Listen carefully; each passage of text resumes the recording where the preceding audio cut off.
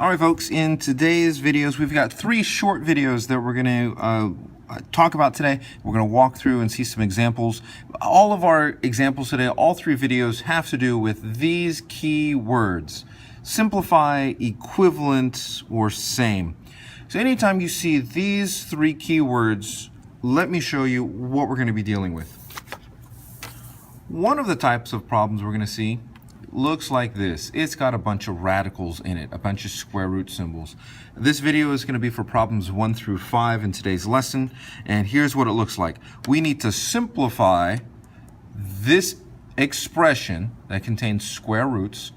So what the problem is really saying is whatever's given to you up here, one of the answer choices has to be equal. It has to be equivalent. It has to be the same. Now this one's pretty straightforward. Anything with just numbers is something the calculator can do. So even if you're not sure what's going on, we can type this thing into the calculators because the calculator loves numbers. Okay, so let me show you what this looks like. Let me show you how to find the right symbols. Right here is the square root symbol. We're going to need this one right here. So we'd hit second square root, and that gets our radicals. Let's take care of this. Let's work this out real quick. Let me show you how to do it. So here we go. Second square root 2. Now if you notice, my cursor is underneath the square root symbol. I need to move the cursor out from underneath the square root symbol, and I'm going to use the trackpad. I'm going to go to the right, and now my cursor is no longer under the radical, and now I can type in the rest of the expression. Parentheses, second square root 2, tab over, plus 3. This is 3 times the square root of 6. You can just type it in just like you see it, 3 square root of 6. 3 square root of 6, tab over, and close parentheses, and equals. This right here equals 12.3923 and some other numbers. Now we need to figure out which one of these is exactly the same. Let me just pick one at random. Let me pick B. Let's see what happens with B. 4 plus 6 second square root of 3, tab over, enter. 14.39 is not the same thing as 12.39, so B is not my answer. Let's try this again. Let me move this back up so you can see that I'm hitting the square root button. 2 plus 3, let's do this one, let's do C. 2 plus 3 second square root 12, tab over, enter. Ah, there it is, exactly the same. That is my answer. Aha! And you thought you tricked me. Ladies and gentlemen, I need to make an amendment, a change to this, because I think I told you the wrong answer. And we got to be very careful with this, because sometimes the people that make the test, they get a little tricky. So we know that in this video, in this problem right here, we're looking for 12.392. So we got 12.3923, so that's the same. But something we need to check, ladies and gentlemen, you got to check all the answers. You got to check all the answers. And let me show you why. 2 plus second square root 6. No, clear. 2 plus 6 times square root of 3, tab over, enter, is the same answer. Uh-oh, what do we do? Valdez, you're lying to me. There's not one right answer, there's 2 right answers. How can there be two right answers? Because, ladies and gentlemen, this is saying to simplify, so whichever answer has the smallest square root is going to be the correct answer, because that's in simplest form. So whichever answer choices match the given, the one that has the smallest square root is the correct answer. All right, go get them. All right, ladies and gentlemen, and we're back. Video number 2 for the day, another quick hitter, another real short one to give you an idea of how to do these problems. So here, ladies and gentlemen, we're going to be dealing with a lot of exponents. And you're thinking to me, Valdez, what is that nonsense? Get that out of my face. I don't want to see that. That's crazy. But ladies and gentlemen, don't freak out, because I got you. Now, this video is going to work for problems 6 through 13 in today's lesson. Ladies and gentlemen, we're dealing with the same keywords: simplify, equivalent, and same. So this problem might say find the equivalent expression, or simplify the given expression, or which one of the answer choices is equivalent. It might say something like that. So ladies and gentlemen, in the last example, this was pretty easy because this was all numbers, okay? We knew all of this stuff. Ladies and gentlemen, this one's a little bit more difficult because there are variables. And what are variables, ladies and gentlemen? What are variables? Variables are unknown numbers. Well, guess what, ladies and gentlemen? Let's take what we don't know, because we don't know what X, Y, and Z is. This is going to make this a really hard problem. This one was really easy because we had all numbers. Let's take what we don't know, let's take what's unknown and make it known. So today's strategy, the strategy that I want us to use in all of these problems when we're dealing with keywords of simplify, equivalent, and same, our new star rule number 5 is 3, 5, 7. We're going to take out what we don't know and we're going to put in what we know. So ladies and gentlemen, in this problem right here, we're trying to simplify this crazy fraction with a whole bunch of exponents. So what we're going to do is we're going to take out what we don't know, which is X, Y, and Z, and we are going to make them known. We're going to put in numbers that we know. And ladies and gentlemen, just trust me on this. Use 3, 5, and 7. So 3 is going to become X, 5 is going to become Y, and 7 is going to become Z. We are going to teach our calculator that X, Y, and Z is 3, 5, 7. And let me show you how to do that. There's a little button down here. So right here is stow. It's actually store. We are storing a variable into the calculator. So here's what I want you to do, and I'm going to move my calculator back and forth here, so don't get nauseous on me. Okay, so we're doing 3, 5, and 7. So we're going to type in 3, and then we're going to hit the store button, store. Let me show you what that looks like. Oh my goodness, 3 and arrow, just like we got here, 3 arrow. Oh, this is amazing. We're going to type in the variable X. All right, so then we're going to hit enter. Bam. And now the calculator believes that whenever I hit X, it's going to equal 3. This is absolutely amazing. So now let's do the same thing with 5. So we're going to do 5. All right, I just typed in a 5. Store. You got your little arrow. What are we going to make this now? All right, so this is where it gets a little tricky because we're going to find a new key. This key right here is the alpha key. Mine is green. Yours might not be green. Yours probably isn't green. But look, whatever color this button is, there's letters all on your keyboard. See on the left, right above each button, on the right hand side, there's a Z, a Y, an X, a W, a V, a U, a T, an S. Guess what? It's the alphabet. Alpha, Y, this is the 1 button. See, alpha, Y, then the Y pops up. And then you hit enter and equals 5. Well, guess what? Now the calculator thinks X is 3 and Y is 5. We got one more. Oh, and see, why did I pick 3, 5, 7? Why did I pick 3 numbers? Because I got 3 numbers in my 3 letters, 3 variables. So I needed to have 3 numbers. So yeah, we'll get there. Let's do Z real quick. So we're gonna do 7. You can see a 7 right here at the top of my screen. I'm gonna hit the store button, store, and I'm gonna hit alpha Z. You see the Z right here. We hit enter. Bam! And now we've got 3, 5, 7. Now, ladies and gentlemen, we're gonna type in this into the calculator and do just what we did on the last problem. We're going to see what this equals. Ladies and gentlemen, whenever we're typing in a fraction, especially with something this complicated, we always want to put it in parentheses. You always want to put it in parentheses. So we always want to do the numerator in parentheses, then the fraction bar, then division, and then put the denominator in parentheses. That's really important to make sure that we do PEMDAS correctly. So let me start typing this in so you can see what's going on. And I'll show you my keystrokes in a second. Parentheses, 12x half, power, the 1/2, an exponent of 1/2. Power up, this button right here, a little chevron button, 1/2, and it raises up to the exponent. And then you just type in 1 divided by 2. You can't see that. 1 divided by 2. And it makes it into a fraction right there. And see where my cursor is? My cursor is an exponent. Is my next thing I need to type in an exponent? No, so I need to tab over. Tab, and it makes it a full-size cursor again. So I'm no longer an exponent, I'm a regular number, I'm a base now. So we're gonna hit y, so alpha y, and then exponent, 3 divided by 4, 3 divided by 4. I'm gonna tab over again because I need to get out of the exponent. And then z, alpha z, exponent, negative. That's a -1/4, so I gotta hit the negative button, -4, -4.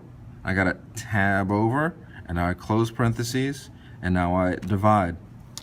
Now I've done the fraction bar, now I'm doing the denominator, so I gotta do parentheses 4x, parentheses 4x, power up, 1 divided by 8, and then tab over, second y, I'm sorry, not second y, alpha y, I apologize, alpha y, power up, -2, power up, -2, tab over, z, alpha z, power up, -8, close parentheses. Oh, see, I didn't tab over. Look where my parentheses is.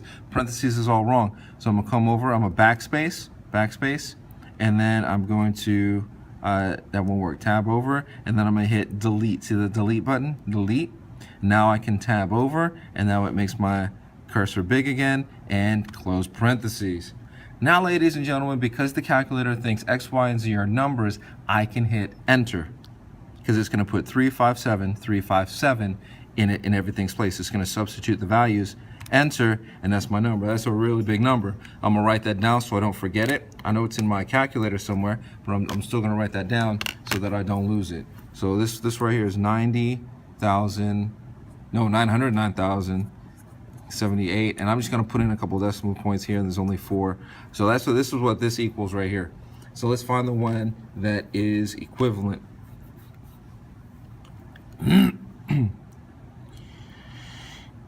Let's do C, and then we'll try D and see what happens. Okay, so let's type in C. So we're gonna do 8x power up. Let's see if I can get some of this up here in here. 8x power up, 3 divided by 8, tab over, alpha y, power up, 11 divided by 4, tab over, alpha z, power up, -12, enter. No, that's not it. That's not the right thing at all. So okay, that didn't work. So it's not that one. Let's try this one right here. We're gonna go 3x power up, 3 divided by 8, tab over, alpha y, power up, 11 divided by 4, tab over, alpha z, power up, 4, enter. There we go. Look at that. Look at that. The same, equivalent, equal to, that one right there is D. Okay, so this skill of 357, substitute the variables, 357, that'll help you figure out which one of the answer choices is equal to the given information. Now, ladies and gentlemen, your calculator stores 357 in there. So the next problem, you might not want to do X, Y, and Z. You might want to do A, B, and C, or QRS, or some other set of variables. So we want to go, let me show you if you're not familiar with how to reset the calculator. Second, memory, and then it says we want to come down to 7, 1, 2, reset, and it's going to reset everything. Everything's completely clear. I can start all over. Clear. So if I type in X, what's it going to tell me? It should tell me 0. Calculator doesn't know what X is anymore. That's a good thing. Now you can go back and store in your own variables. So always start with a clean slate after every problem, just to make sure that your calculator is working correctly. One more tip, ladies and gentlemen. Some of these problems have a couple extra variables. Do 3, 5, 7, and then start doing -3, -5, -7. So I don't think you're ever going to see anything more with 6 variables. So go 3, 5, 7, and then start using negatives. So if you need extra numbers, go negative. Those are my tips for the day for this problem, second problem. for problems second videos for problems 6 through 13. All right, folks, last problem, last example. This video is for problems 14 and 15, the last one. And really, this is the same concept, same idea. We're given information, and we're trying to figure out which one is equivalent, which one is the same. So we want to use 3, 5, 7. There's only two variables here, so we're going to use A and B. 3 will be A, 5 will be B. Let me put that in real quick, just so we're all on the same page. So 3 store second alpha A enter is 3. Now we got 5 store alpha B enter is 5. Now that's so I've got those in there. That's good. So now I'm gonna do 7 to the power of A divided by B. So 7 power up alpha A divided by alpha B and enter. 3.214. All right, so this equals 3.214. 3.214. Let me just go through these real quick because these are pretty simple. The whole point of the video is this right here. I need to show you this right here. But let me just do the rest of it so you can see it real quick. So well, we've got a fraction, so always put the numerator and denominator in parentheses. Parentheses 7 power up second alpha. Tab over, close parentheses, divided by alpha B. Enter. Nope, that's not the right one. And then we're gonna go, so alpha, I'm sorry, parentheses, alpha A, close parentheses, divided by parentheses 7, exponent, alpha B, tab over, close parentheses, enter. That's not the right one. So those are not correct. So, but now we've got this radical with this number to the outside. This is a root. This would be we could see everything that we do. We call it a square root. We call it a square root because there's really an understood. Let